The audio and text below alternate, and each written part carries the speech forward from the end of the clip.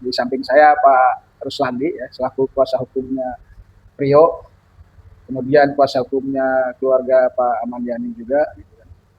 Pak Haji, ini ada pertanyaan nih Pak Haji. Ya.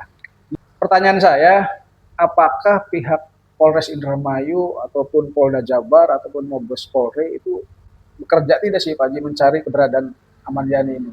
Gitu, sampai saat ini nih. Iya. Kok sampai saat ini belum bisa ditemukan, apalagi sampai Pak KDM itu sampai memberikan sayembara ya, memberikan hadiah 750 juta untuk siapapun yang bisa menemukan Amandiani.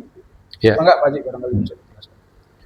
Baik Mas Ridwan, jadi terkait dengan penelusuran atas keberadaan Pak Amandiani, itu semenjak saya melaporkan di bulan April ya, di bulan April, oh enggak, Februari, kalau laporannya saya Februari.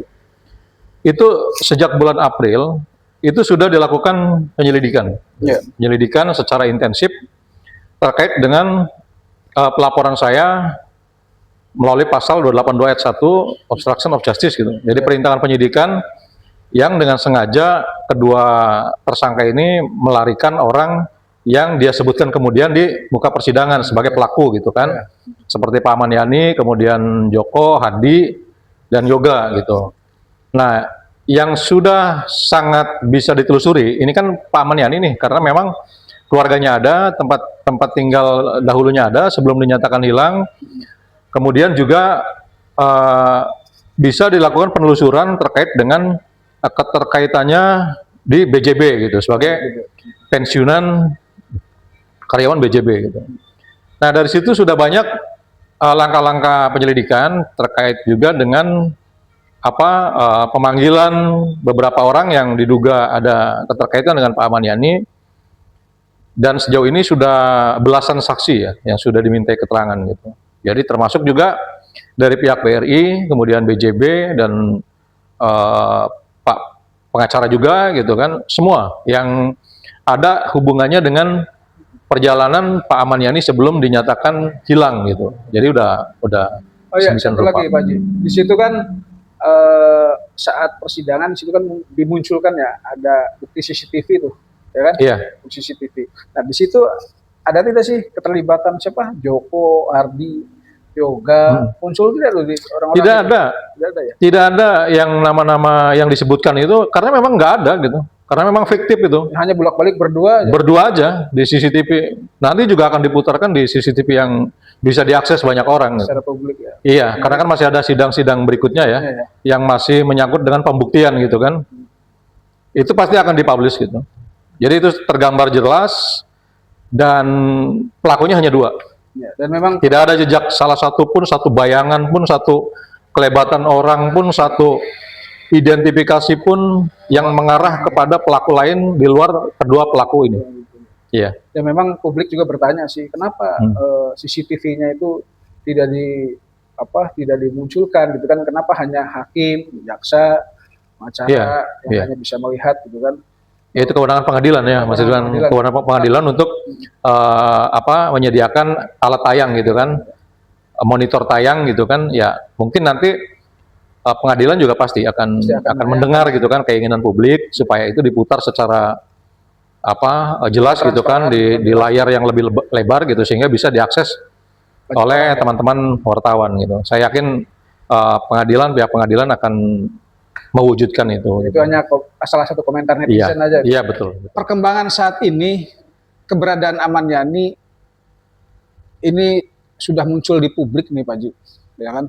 Ada kesaksiannya Bu Yaya saat di podcastnya Pak Tony RM, kemudian Pak Tony RM juga mengkonfirmasi di wilayah Cikarang, ya, Bekasi itu, katanya yang mirip Amandiani itu pernah ngontrak di situ. Gitu.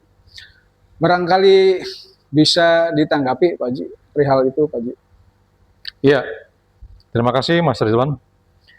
Jadi memang semalam saya sudah melihat tayangan dari channel YouTube-nya Bung Tony RM ya. Jadi di sana terlihat ada wawancara dengan salah satu warga yang ada di Cikarang kalau nggak salah ya, Ya. Cikarang, menyatakan dalam wawancaranya itu bahwa pernah melihat katanya Ya. sosok Pak Aman Yani yang katanya ngontrak Kontrak. di salah satu tempat di dekat rumah dari Bu Bu Yayah ya. Iya, ya. Nah, pertama yaitu sah-sah saja orang membuat satu gambaran gitu kan, satu upaya pencarian, kemudian mewawancarai itu orang gitu dengan sosok Pak Aman Yani, itu nggak masalah gitu, silakan aja. Tapi memang bahasanya juga mirip sih, mirip. Iya, jadi kan mirip kan. Nah, sebenarnya itu dengan pokok perkara yang sedang disidangkan itu tidak ada kaitannya. Jadi itu semacam investigasi aja gitu. Investigasi terkait dengan sosok Aman Yani gitu. Ini masih jauh sekali gitu. Ketika Pak Aman Yani dikaitkan dengan pokok permasalahan kasus Pauman gitu, substansi daripada kasus Pauman. Kalau terkait dengan penelusuran dan pencarian Pak Aman Yani, ya itu boleh dilakukan oleh siapapun, Ya. termasuk juga oleh pengacara daripada Ririn ya. Tapi untuk tujuan apa gitu, yang sifatnya menguntungkan daripada kliennya, saudara terdakwa Ririn, ini masih sangat jauh panggang dari api gitu. Karena apa? Tidak ada korelasinya gitu. Karena pertama, secara fisik sosok Aman Yani baru ditemukan mirip Iya. dengan postingan kemarin itu kan, yang Cikarang itu kan. Iya. Nah, artinya masih jauh sekali gitu Iya. untuk wujud fisik aslinya Bapak Aman Yani gitu. Jadi tidak terpengaruh, tidak ada pengaruhnya buat persidangan kasus Pauman gitu. Itu kalau menurut saya hanya hanya investigasi saja gitu. Semata hanya investigasi. Nah, kemudian di situ juga kan disebutkan bahwa Dudu Subarkah itu, Pak Dudu nih, itu bersama Pak Dudu yang orang yang mirip Aman Yani itu kan. Jadi saya berpikiran berarti di podcastnya Pak KDM itu Pak Dudu ini memberikan ya keterangan yang tidak sebenarnya kalau memang Pak Dudu ini pernah tinggal bersama Pak Aman Yani itu.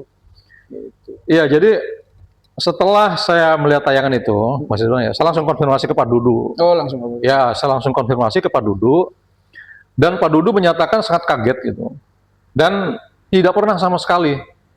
Wong pernah kenal saja tidak pernah. Oh, tidak tahu. Ketemu juga selama ini hanya digambarkan oleh saudara Ririn gitu kan, katakanlah dibohongi oleh saudara Ririn. Apalagi sampai ngontrak bareng gitu. Nah, ini sangat kontradiktif ya dengan fakta yang sesungguhnya gitu. Pak Dudu jelas agak tersinggung dan agak sampai disebutkan namanya gitu. Iya, merasa difitnah lah gitu. Nah, ini juga kan hati-hati aja, ini akan berdampak hukum gitu. Iya. Kalau sampai terus-terusan menyerang dengan sesuatu hal yang mustahil, sesuatu hal yang tidak sesuai fakta gitu. Terkait dengan Pak Dudu, kemudian Irfan yang sudah saya posting, mereka adalah klien saya, itu bisa saya proses hukum. Iya, ya. Ya itu pernyataan dari Pak Ruslandi selaku kuasa hukum Prio ya, beserta Dudu juga, Aman Yani, beserta Pak Dudu juga, beserta Irfan juga. Irfan juga. Irfan tuh Amek ya? Awek. Awek Ya, ya Awek. dia.